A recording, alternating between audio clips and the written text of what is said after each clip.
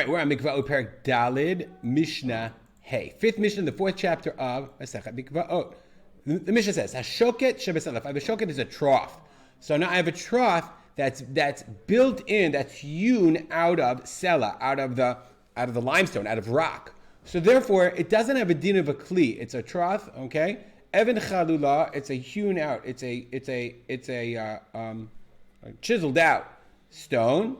She'al mayan, that's on the edge of the ma'ayan, of the spring.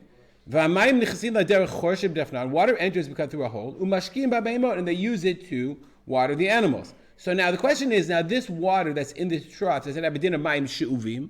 Water in a kli. Let's take a look at it, okay? So you have water that's flowing through here, and you hewed it out. Shoket shebesela, you hewed it out of the hole. Let's move myself over here. Okay, and it's already in the ground. So does it have a din of a kli? Or is it a kli? Or is it a mikvah? So the answer is it depends on how it was constructed. So if it was in the sela, it was already built in, i.e. it was hewn out of rock, says the Mishnah, ein mimalin mimena. You cannot do mimale, fill from it. And we talk about mimale, let's get the Bartanura for a second. Mayim lemei chatat. You can't fill water from mei chatat. Because from mei chatat, it has to be in a kli, as we'll see. Ve'ein mekadshim ba. You can't do kiddush, i.e. you can't put the afer, the ashes of the para aduma. Ve'ein mazin mimena, you can't do haza'ah, sprinkling of the para aduma water.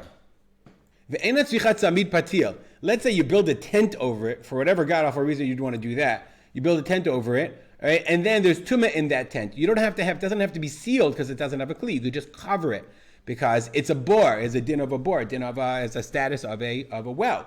Ve'ein poselet et mikveh, and it does not posel the mikvah. Let's look at the Bartanura. What does that mean? It doesn't posel the mikvah. Im naflu mayim gishamim mitocha the mikvah. If rainwater fell from it into the mikvah, ein nachshavi mayim she'uvim nifsolet mikvah. Meaning, if I have this water, right, is spring water, natural spring water, it's in the ground, and if it spills over from that into the mikvah, if it spills into the mikvah, into another mikvah over here, Rav Scheinberg gives more pictures, but you get the idea. Imagine a mikvah over here, that mikvah would be kosher because the water is not mayim she'uvim. The water is water that was not in a kli. The water was water in a well, in a natural. The Mishnah continues, but what happens if haita kli v'chibra b'sid? If it was a kli, you made the trough, you built the trough out of whatever, and then you attached it into the ground with plaster.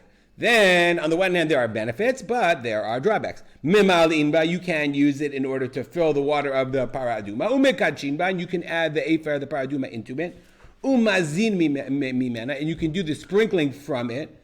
Vitzrichat tzamid patil, and it requires tzamid patil, a tight seal if it's in a house, in a tent of tuma. Uposelatat mikvah, and the water spills over through it. Do I have a picture of the trough? Yes. Okay, if you built it right in such a way that there's a mikvah here exactly, and you can see the seed, you can see the plaster over here. You built it, you attach it to the ground. This is a great way of you have a trough. It makes sense. You want your animals to have water, so you need to make a place for the water. It's probably much more difficult and challenging to hew one out of stone. So you just stick one in there, and then natural spring water fills over. Now you have a problem because you have mayim she'uvim. So the water in here is mayim she'uvim. It's as if you literally took a bucket and poured it into the mikvah. Okay, so that's a problem. That's what we were talking about. So the mikvah says, "Poselet et mikvah." The water that spills over is posel the mikvah. But nikva milamata. Let's say what you did is, let's say instead if you care more about the mikvah than the trough, if you made a hole from the bottom, or on the side, so now the trough can't hold any water. Right? Let's go back over here. If you took your trough here, now I say, oh no, I want this mikvah. The mikvah is more important to me than the trough. If I make a hole in the bottom so that it drains, the water comes in here and then drains out the side, so this thing doesn't hold any water at all, then the water in the mikvah is not mayim she'uvim. It just passes through. But it's not, this kli is not meaningful at all, and therefore the mikvah is kshera. V'kama yebanekif. How big should the hole be? Kishvoferet hanod. It should be the size of the hole of the node, or the water pouch that they used to make. And remember, we said the size of the water pouch had to be such sufficient size that your two fingers could enter and turn around. These two fingers.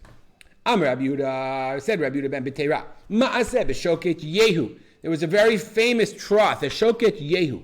Shaita b'Yerushalayim, that was in Yerushalayim. I want to tell you, there's huge machlokot about what's going on in the Sefer of the Mishnah. We're just going to give the simple explanation of the Bar Tanura. This is Mishnah Yomit. You can look it up if you want to look it up. There's you can read all the sugiyot in the Gemara in Yevamah. There's a Gemara Yevamah. And you can look it up and learn it on your own. Ma'aseh b'Shoket Yehu. The story of Shoket Yehu. Shaita b'Yerushalayim. That wasn't Yerushalayim. Vaitan kuvak shofar tanot, and it had a hole in it the size of the shofar tanot, the size of the shoferet of the pipette, or the shoferet. Remember, is the drinking straw of the node, that size.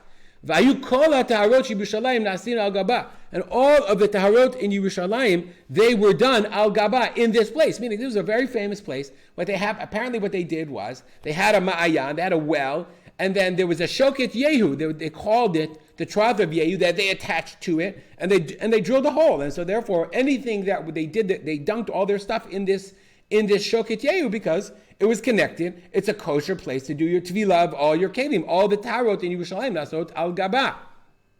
So here we have, sorry it's a little crooked, Rav Scheinberg's picture of the shoket Yehu.